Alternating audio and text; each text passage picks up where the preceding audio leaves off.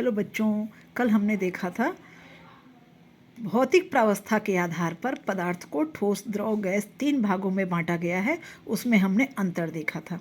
आज हम देखते हैं पदार्थ को रासायनिक प्रावस्था के आधार पर 3 भागों में बांटा गया है, तत्व, यौगिक और मिश्रण। आज हम यौगिक और मिश्रण में अंतर देखते हैं। तो 2 या 2 से अधिक पदार्थों के निश्चित मात्रा में मिलकर यौगिक बनता है। 2 या 2 से अधिक पदार्थों के अनिश्चित मात्रा में मिलने से मिश्रण बनता है। दूसरा अंतर हम यदि देखें तो यौगिक में रासायनिक अभिक्रिया होती है, मिश्रण में रासायनिक अभिक्रिया नहीं होती है। तो इसका यदि हम कारण देखें तो चूंकि यौगिक में रासायनिक अभिक्रिया होती है, उदाहरण के लिए हाइड्रोजन और ऑक्सीजन आपस में मिलते हैं, रासायनिक अभिक्रिया करते हैं और H2O बनाते हैं। तो H2O का गुण हाइड्रोजन और ऑक्सीजन के गुण से अलग होता है।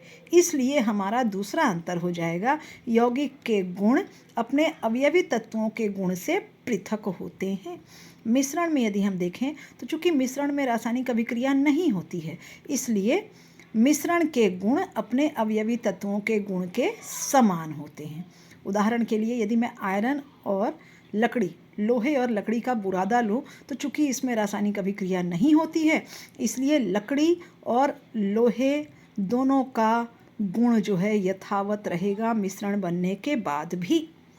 तो इस प्रकार आज हम देखें कि यौगिक और मिश्रण में क्या अंतर है। अब आ जाता है पदार्थ का तीसरा प्रकार, तत्व। तो तत्व केवल एक ही प्रकार के पदार्थों से मिलकर बने होते हैं। यदि मैं तत्व की बात करूं तो तत्व केवल एक ही प्रकार के पदार्थ से, परमाणु से मिलकर बने होते हैं। उदाहरण के लिए यदि लोहा है तो लोहे के हम जितने भी टुकड़े करते जाएं तो उसका प्रत्येक छोटा से छोटा टुकड़ा भी हमें लोहे के रूप में प्राप्त होगा।